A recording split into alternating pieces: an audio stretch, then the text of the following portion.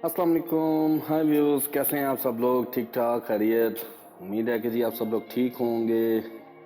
कहते हैं कुदरत के हर काम में एक राज पोशीदा है, चाहे वो काम आपकी खुशनुदी का हो, मुसर्रत का हो, आपके नफ़े का हो या फिर हो आपके नुकसान का।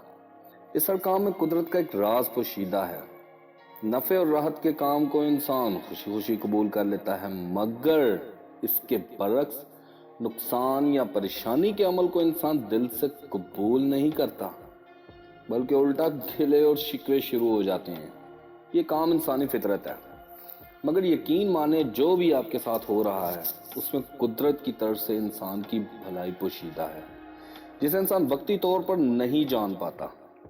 तो जनाब, शेयर करते हैं आपसे आज एक और स्टोरी शुरू करने से पहले आप लोगों से दरख्वास्त है कि जिन लोगों ने चैनल को सब्सक्राइब नहीं किया वो जल्दी से सब्सक्राइब कर लें और बेल आइकन को भी ज़रूर क्लिक करें।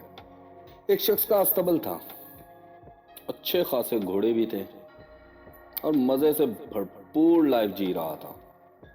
मगर जनाब, वक्त बदलते देर नहीं लगती, चढ़ता सूरज शाम को गुरूब भी हो जाता है। आज वो शख्स खुशहाल था, मगर धीरे धीरे वो सूरज गुरूब की जानिब आने लगा। एक एक करके घोड़े मरने लगे।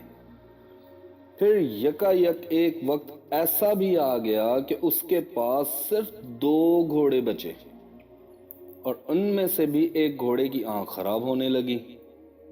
उस शख्स ने अपनी डूबती नाव को बचाने के लिए बड़े हाथ पैर मारे, जानवरों के अच्छे से हॉस्पिटल भी ले जाके इलाज करवाया, मगर हुआ वही जो कुदरत को मंजूर था।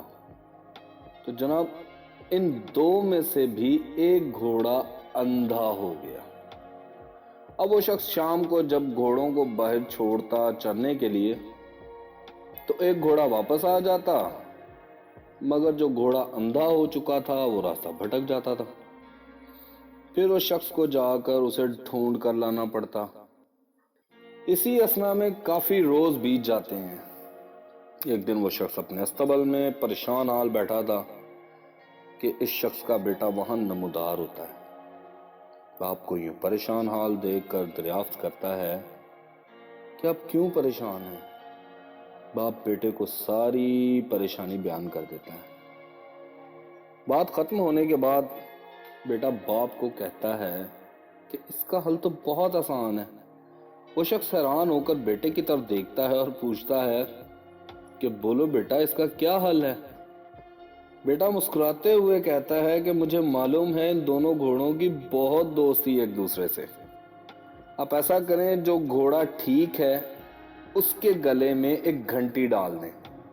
चरने के बाद वो तो वापस आएगा ही, उसकी घंटी की आवाज सुनकर अंधा घोड़ा भी खुद वापस आ जाएगा।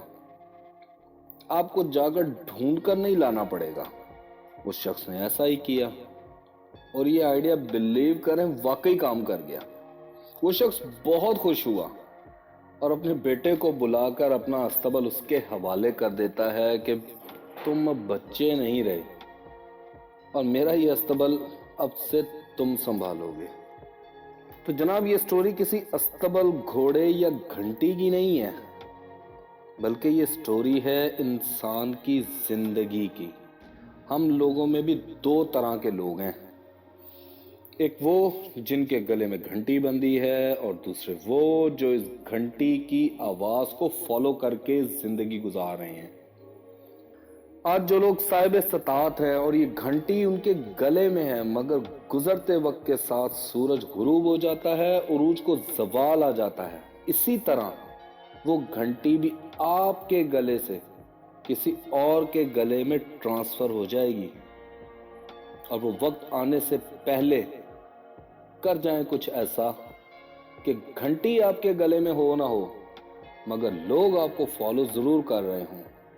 जरा सोचिए।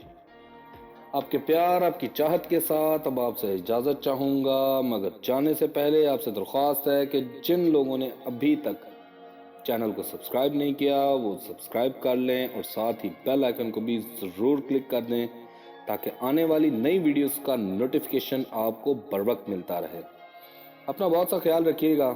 آپ کا میزبان عمران اب آپ سے یہ رخصت چاہے گا. اللہ نگہبان.